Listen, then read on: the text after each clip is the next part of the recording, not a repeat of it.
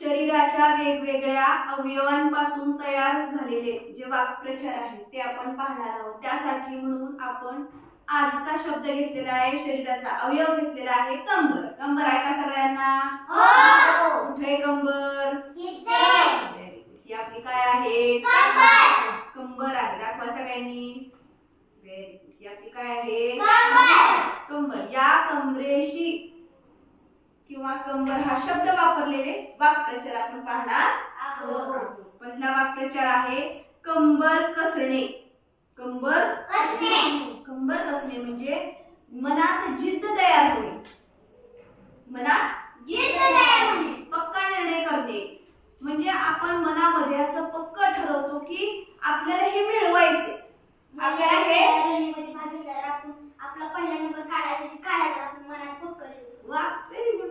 आता वाक्प्रचारांचे अर्थ आणि उदाहरणं मला सांगायची मला वाटतच नाही की गरज आहे म्हणून, नाही की नुसता थोडासा क्लू दिला की तुम्हाला लगेच येतंय। कंबर कसणे म्हणजे जिद्द ठेवणे। आता प्रथमेश म्हणाला तसं की जर आपण ठरवलं की नंबर काढायचा आहे पळण्याच्या शर्यतीत, नंबर आपला येणार पक्का, असं त्याचा अर्थ आहे। त्यासाठी पाहिजे, मग त्यासाठी मी कंबर कसून काम केलं, असं त्याचा अर्थ।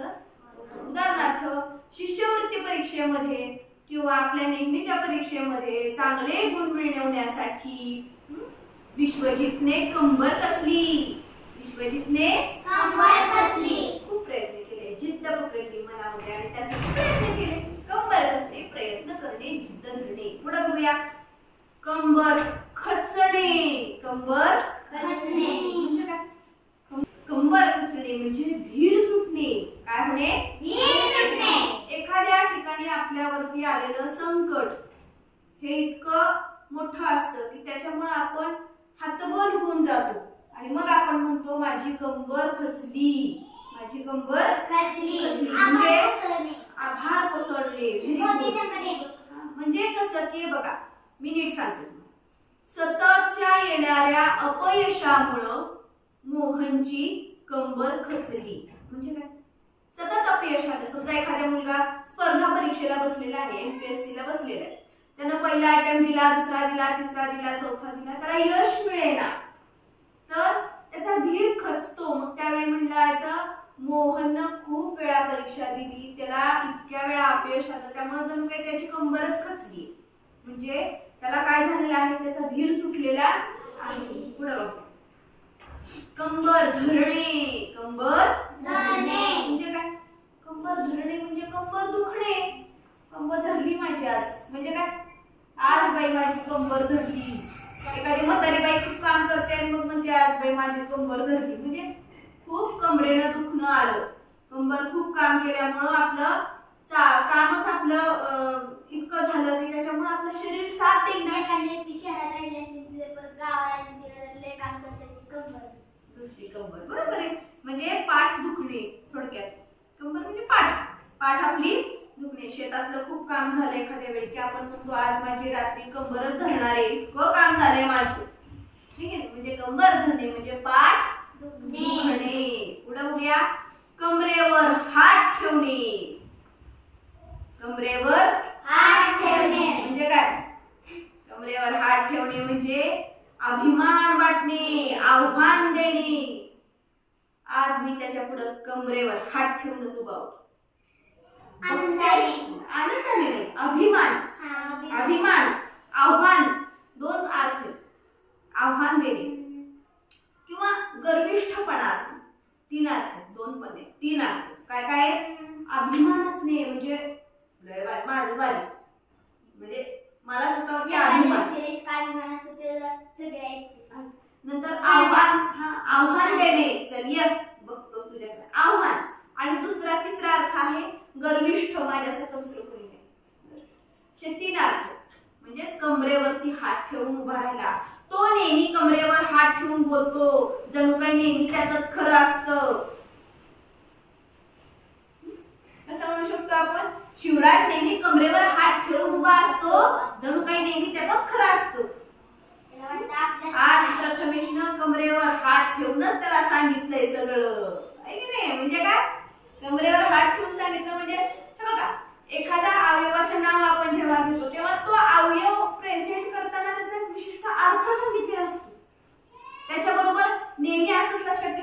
कंबर म्हणजे याच अर्थाने होईल असं पण दिले. अवयवांचा उपयोग करून आपण वेगवेगळे वाक्प्रचार वापरतो म्हणजे आपण वेगवेगळ्या अर्थाने ते प्रेझेंट केलेले. चला पुढे बघूया. कंबर आता कुठला बघितला? कमरेवर म्हणजे काय सांगितलं तुम्हाला? अभिमान वाटणे, गर्विष्ठपणा वाटणे किंवा आव्हान देणे हे पण फार महत्त्वाचं. पुढं कमरेत वाकणे. कमरेत वाकणे म्हणजे काय?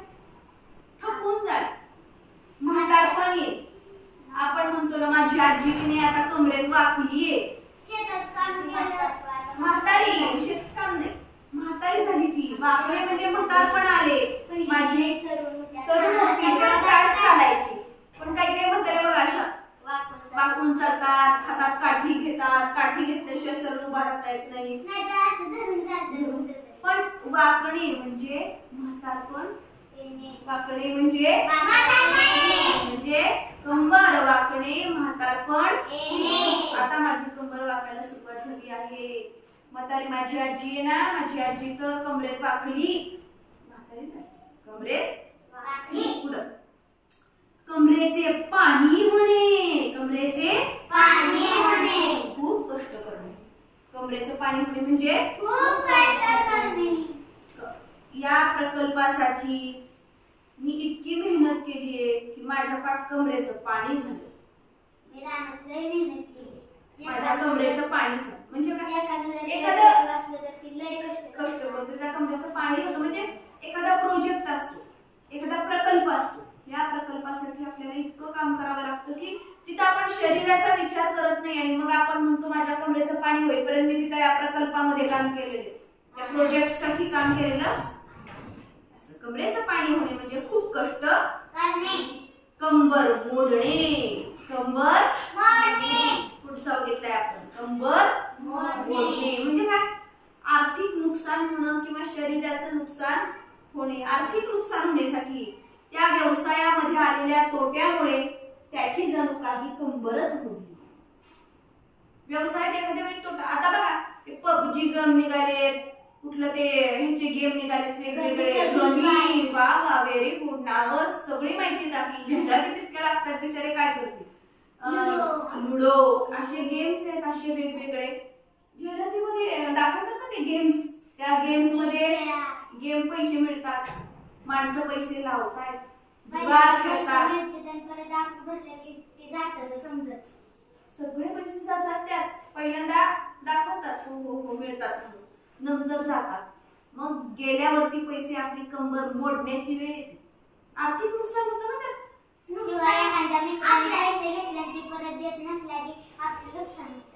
कंबर मोडणे म्हणजे आर्थिक नुकसान होणे. पैसे माघारी मिळत नाहीत. त्या रमीमध्ये गेले मिळणार आहेत का पैसे? बाबा खेळ होता चला माघारी घ्या, तुम्हाला म्हणणार आहेत का?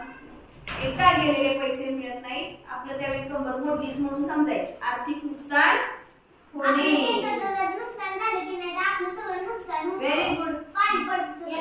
अगदी बरोबर सांगितलं. महापुरामध्ये आलेल्या संकटामुळे शेतकऱ्यांची कंबर मोडली. शेतकऱ्यांची कंबर मोडली. जास्त पावसामुळे शेतकऱ्यांची यावर्षी कंबरच मोडली. असा पुढे बघा. कमरेला पदर होणे. कमरेला पदर होणे म्हणजे काय? कामासाठी. Very good. कामासाठी तयार झाले मी आज कामासाठी. म्हणजे आपण काय सगळी कामं वेळेत पूर्ण होण्यासाठी आज आई कमरेला पदर खोचून तयार होती. कमरेला पदर खोचून तयार असणे म्हणजे कामासाठी तयार असणे. म्हणजे आता सगळं काम वेळेत पूर्ण करायचं, लगेच पटापट. एखाद्याच्या घरात लग्न असेल, आई कमरेला पदर खोचून काम करायला तयार असते लगेच. किंवा त्या घरातली जी महिला आहे ती म्हणजे काय की खूप काम करण्यासाठी तयार होणे. पुढे बघूया. शेवटचा आहे कंबर बांधणे. कंबर बांधणे किंवा कंबर कसणे. दोन अर्थ आहेत त्याचे, दोन्ही अर्थ एकच आहेत त्याचे. कंबर बांधणे म्हणजे कठीण कामासाठी तयार होणे. कंबर बांधणे कठीण कामासाठी तयार होणे. आता मोठ्या कामाचं मी उदाहरण सांगते. निवडणुकीसाठी पक्ष कंबर बांधून तयार होतात. निवडणुकीसाठी एखाद्या पक्षातले जे कार्यकर्ते असतात ते कंबर बांधून तयार असतात. म्हणजे काय असतात? ते येणाऱ्या मोठ्या कामासाठी, जबाबदाऱ्यासाठी, आव्हानांसाठी तयार असतात.